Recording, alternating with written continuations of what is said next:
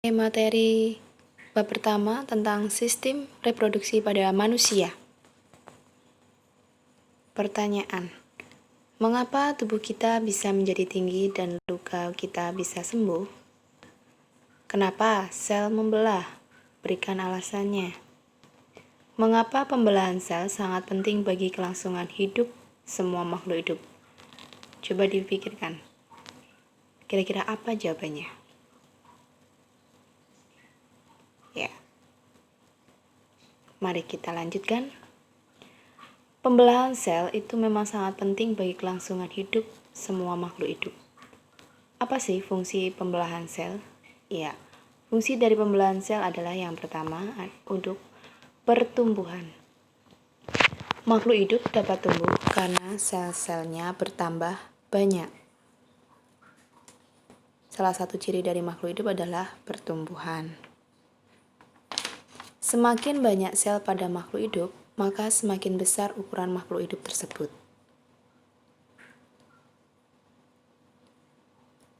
Fungsi yang kedua adalah untuk perbaikan. Pernahkah mengalami luka seperti pada bagian tubuhmu ini? Lalu, berapa lama bagian lukamu itu akan tertutup? Nah, jaringan yang rusak pada tubuh tersebut adalah hasil dari proses pembelahan sel. Fungsi yang ketiga adalah reproduksi. Sel mengalami pembelahan untuk reproduksi. Reproduksi atau perkembangbiakan adalah ciri lain dari makhluk hidup. Proses pembentukan sel kelamin ini dilakukan dengan cara pembelahan sel. Baik, selanjutnya kita akan mempelajari tentang pembelahan sel. Pembelahan sel itu dibagi menjadi dua, yaitu pembelahan mitosis dan pembelahan meiosis. Pembelahan yang pertama adalah pembelahan mitosis. Pembelahan mitosis merupakan tipe pembelahan sel yang menghasilkan dua sel anakan yang memiliki karakter identik secara genetika dan dengan sel induk. Terjadi pada sel-sel tubuh somatik pada makhluk hidup. Dihasilkan sel anak yang mempunyai kromosom yang jumlahnya sama dengan induknya. Kromosom adalah materi genetik yang berperan dalam pewarisan sifat. Menghasilkan dua sel anakan yang memiliki karakter identik genetik dengan sel induk 2N atau diploid. Sel diploid adalah sel-sel yang kromosomnya dalam keadaan berpasangan. Pada tahap pembelahan mitosis ini ada 4 fase. Fase yang pertama adalah profase, kedua metafase, ketiga anafase, dan keempat adalah telofase. Pada tahap terakhir dari pembelahan mitosis yaitu fase telofase, umumnya selalu diikuti dengan pembelahan sitoplasma yang disebut dengan sitokinesis. Kita lihat fase-fase pembelahan mitosis. Yang pertama, profase. Membran inti mulai rusak mengalami menjadi bagian-bagian kecil. Membran inti, gambarnya di situ, kromosom memadap dan menebal. Itu adalah profase. Kromosom terdiri atas dua kromatid sesaudara. Kromatid sesaudara adalah hasil penggandaan dari satu kromosom. Gelendong pembelahan terbentuk. Tahap yang berikutnya adalah metafase. Kromosom berjejer pada bidang pembelahan. Kita lihat gambar di situ. Kromosomnya berada berjejer pada bidang pembelahan. Gelendong pembelahan. Sentrosom berada di ujung-ujung. Kemudian tahap berikutnya adalah anafase. Kromatid saudara dari setiap pasangan memisah menuju ke kutub yang berlawanan, menuju ke sentrosom, kromatid saudaranya. Pada akhir anafase, kedua kutub sel memiliki kromosom yang jumlahnya sama. Itu adalah tahap anafase. Berikutnya telofase. membran inti mulai kembali bergabung. Yang tadi di awal profase ada membran inti yang awalnya rusak, dan pada tahap telofase membran inti mulai kembali dan bergabung. Kromosom mulai merenggang. Kita lihat di situ sudah ada terjadi pembelahan. Setiap sel di situ terdiri dari membran inti, sentrosom, sel anakan, cincin pembelahannya di tengah itu. Berikut adalah fase pembelahan mitosis. Selanjutnya pembelahan meiosis atau juga disebut dengan pembelahan reduksi. Pembelahan sel yang menghasilkan 4 sel anakan yang masing-masing sel anakannya hanya memiliki separuh dari jumlah kromosom sel induk.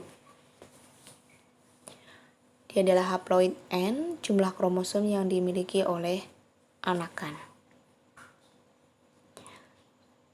Tahap untuk pembelahan meiosis itu mengalami 2 tingkat. Dia berlangsung dengan 2 tingkat, yaitu meiosis 1 dan meiosis 2. Meiosis 1 itu meliputi profase 1, di mana membran inti mulai rusak menjadi bagian-bagian kecil, fragmen, dan terbentuk gelendong pembelahan.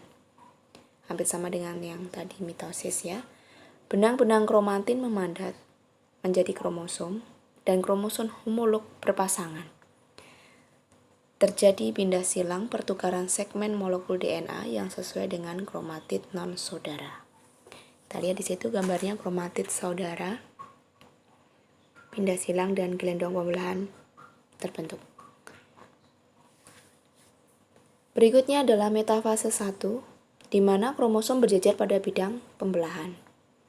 Kita lihat lebih jelas, kromosom berjejer pada bidang pembelahan. Tahap berikutnya adalah anafase 1, kromosom homolog memisah dan bergerak ke kutub-kutub yang berlawanan. Nah, di sini terlihat kromosomnya terpisah menuju ke sentrosom. Oke. Berikutnya telofase, kromosom homolog memisah dan bergerak ke kutub-kutub yang berlawanan.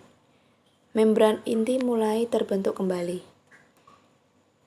Sitokinesis menyebabkan terbentuknya 2 sel anakan yang disebut haploid. Ini tadi adalah tahap meiosis 1. Selanjutnya tahap meiosis 2. Meiosis 2 itu meliputi yang pertama adalah profase 2. Membran inti mulai rusak menjadi bagian yang kecil dan terbentuk gelendong pembelahan sama, dan kromatid mulai bergerak ke bidang pembelahan. Metafase 2. Kromosom berjejer pada bidang pembelahan. Jadi ini tadi setelah sel itu tadi terbelah 2, sudah mengalami pembelahan, selanjutnya masing-masing sel itu mengalami pembelahan lagi, yaitu meiosis 2. Nah, kita lanjutkan untuk yang metafase 2 tadi, kromosom berjejer pada bidang pembelahan. Selanjutnya anafase 2, kromatid terpisah dan bergerak ke kutub-kutub yang berlawanan. Ya, dia terpisah sama seperti sebelumnya, anafase 1.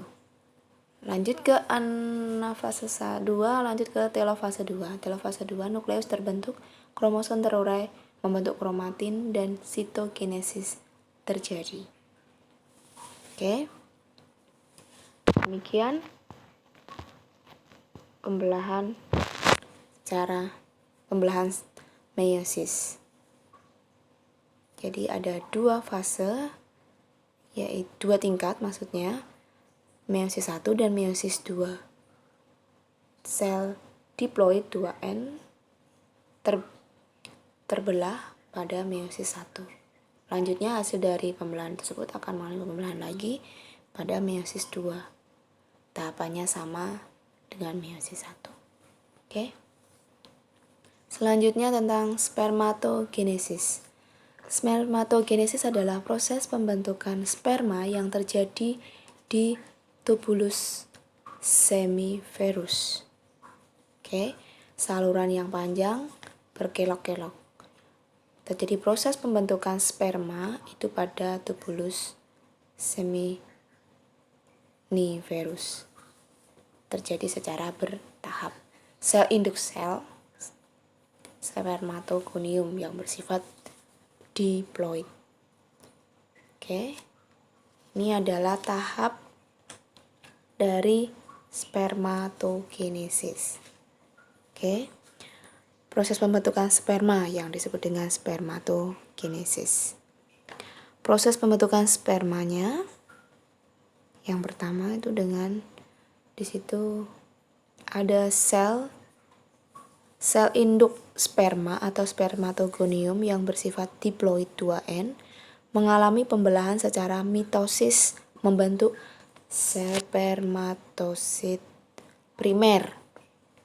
Selanjutnya, spermatosit primer mengalami pembelahan meiosis tahap 1. Meiosis 1 membentuk 2 spermatosit sekunder yang bersifat haploid N.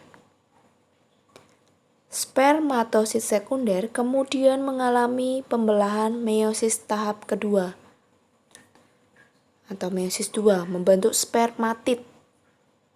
Ya, di situ terlihat spermatid yang bersifat haploid N. Di situ ada 4. Jadi tadi meiosis 1 dia terbelah. Kemudian terbelah lagi menjadi spermatid. Dan akhirnya spermatid mengalami diferensiasi atau perkembangan sehingga terbentuk 4 sel sperma atau spermatozoa yang matang. Ya, yang terakhir hasilnya terakhir. Jadi urutannya dari spermatogonium 2N mengalami pembelahan secara mitosis, kemudian dia membentuk spermatosit primer masih 2N. Di situ akan mengalami pembelahan meiosis 1. Pembelahan meiosis 1 menjadi terbelah 2 yang disebut dengan spermatosit sekunder. Kemudian masing-masing sel ini akan mengalami pembelahan secara meiosis 2 akan membentuk spermatid. Selanjutnya spermatid akan mengalami diferensiasi atau perkembangan sehingga akan terbentuk spermatozoa. Nah, begitu. Selanjutnya oogenesis. Oogenesis adalah proses pembentukan sel kelamin perempuan, yaitu ovum, yang terjadi di dalam organ ovarium. Berbeda dengan spermatogenesis yang dimulai ketika anak laki-laki mulai masuk masa pubertas. Kalau oogenesis itu dimulai sebelum anak perempuan lahir. Ya, begitu. Kita lihat untuk tahapannya. Nah, di sini kita lihat oogonium itu akan mengalami pembelahan mitosis.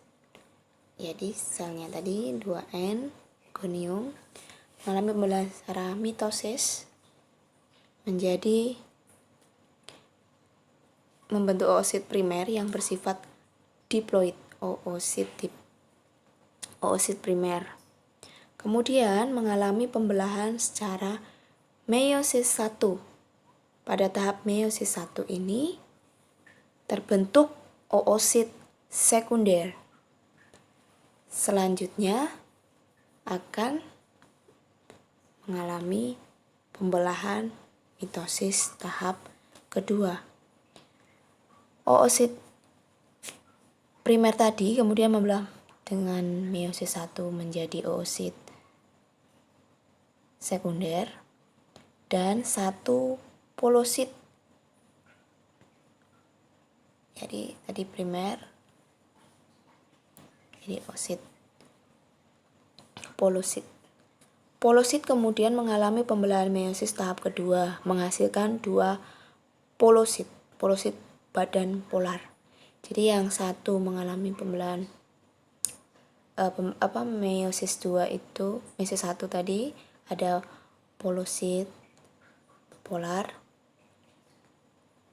badan polar, dan oosit sekunder juga mengalami pembelahan secara meiosis tahap kedua. Jadi di sini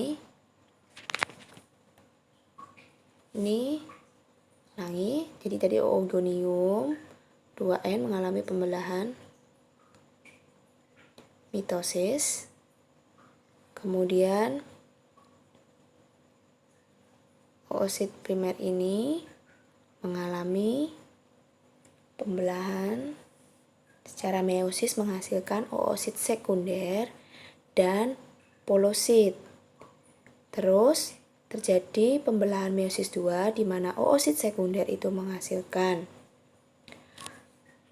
satu ootit dan satu polosit. Ootit akan mengalami diferensiasi membentuk ovum. Pada akhir peristiwa oogenesis, dari satu sel induk, dari salah satu sel induk telur oogonium, ya yang atas tadi, akan dihasilkan satu telur ovum yang bersifat haploid, ini hasil terakhirnya, dan 3 polosit badan polar yang bersifat haploid. Namun yang dapat berfungsi hanya satu sel telur atau ovum. Jadi tadi kan dari meiosis 1 oosit primer tadi terbelah dengan cara meiosis 1 di atas ini, dimana yang satu jadi polosit, yang satunya jadi oosit sekunder. Polosit itu mengalami pembelahan meiosis menjadi 2 polosit, dan oosit sekunder itu secara meiosis 2 menghasilkan ootit dan polosit. Yang ini, nah polosit itu kan ada 1, 2, 3. Nah ootitnya yang satu ini akan menghasilkan ovum atau sel telur. Jadi dari satu oogonium menghasilkan satu sel telur atau ovum. Oke, begitu penjelasannya. Semoga bisa bermanfaat. Nah, tugas proyek ini nanti saja. Oke, sekian. Jika ada pertanyaan bisa disampaikan. Terima kasih.